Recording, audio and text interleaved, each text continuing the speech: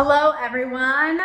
We are going to be talking about something that is very important for diamond selection. So we're going to be talking about the 4 C's today. So that is carat, color, cut, and clarity. All very, very important when it comes to picking a diamond, but I know can be a little bit overwhelming for people sometimes because they're so important. So I'm gonna break it down for you guys. I have examples of all of them. It's gonna be super fun, super simple.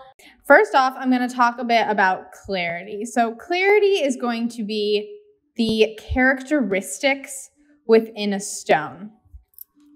Clarity is really important if you care about seeing flaws within your diamond. So do you want to see little internal characteristics? I almost call them like freckles sometimes. Or do you want your diamond to be super, super clear throughout it when you're looking at the stone? Like can't see any flaws.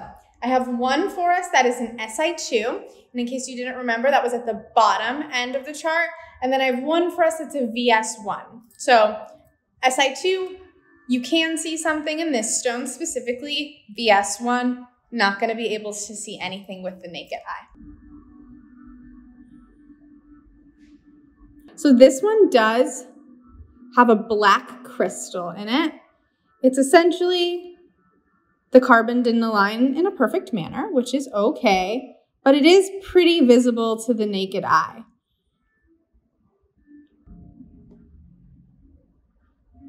Alrighty guys, you see that big black crystal right in the middle?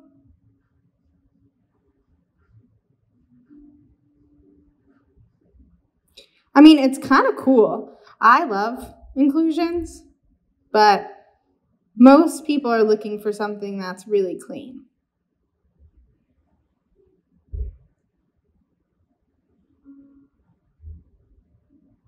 So that's super cool. Let's pick up the other one and look at it. You might be able to see some flaws in this one actually because this magnifying is pretty intense, but you shouldn't be able to see it as much as the other one.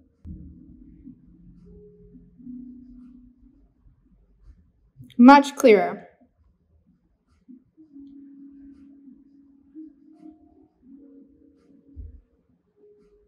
So if you look really close, you might be able to see some pinpoints in this one. Next, I'm going to talk about cut.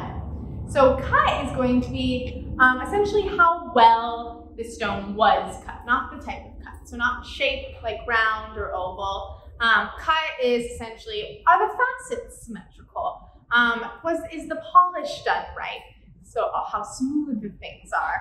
All of these items are going to lend itself to how sparkly the diamond will be. So what we're going to be looking at next is a good cut compared to a super ideal cut. I recommend usually something more up here because this is going to enhance the sparkle.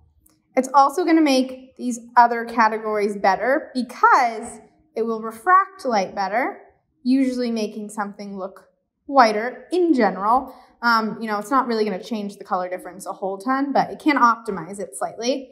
And then for clarity, it can hide more imperfections if it's refracting light well.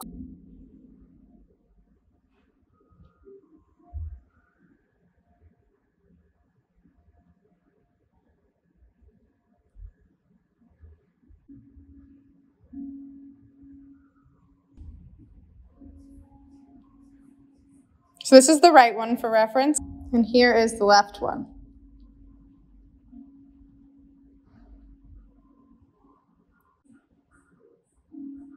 You can see this one's inclusion too.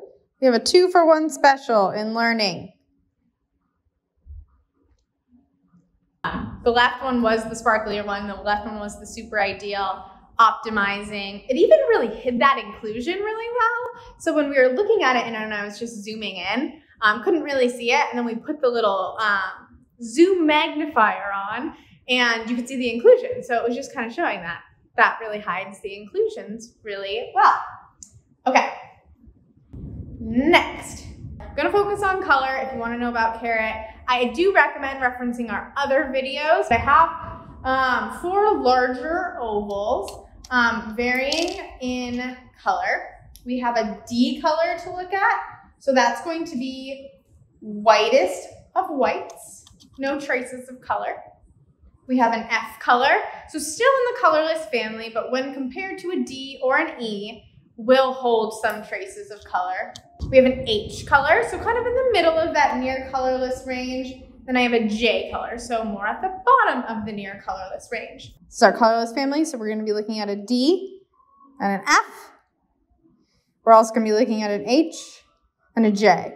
It's going to be inverse here, so we're going to start with the D and then work our way down. So we have our D color first, and then we have our F color.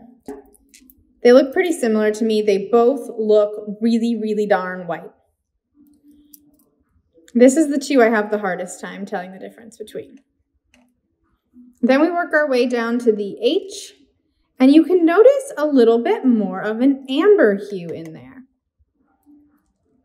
Color can manifest itself in a golden color, an amber color, sometimes even a silvery color. So it kind of depends. I feel like I see some warmth in there, but more amberish. This one right here is a J color.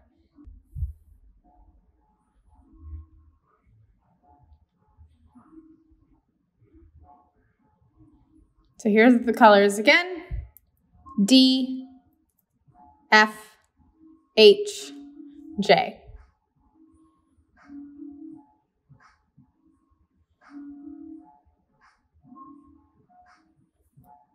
That's pretty much all I have for us today. If you have any questions about these things, feel free to, one, come into our showrooms with an appointment, or you can always give us a call, chat in, whatever. Feel free to shoot us a DM, but just let us know.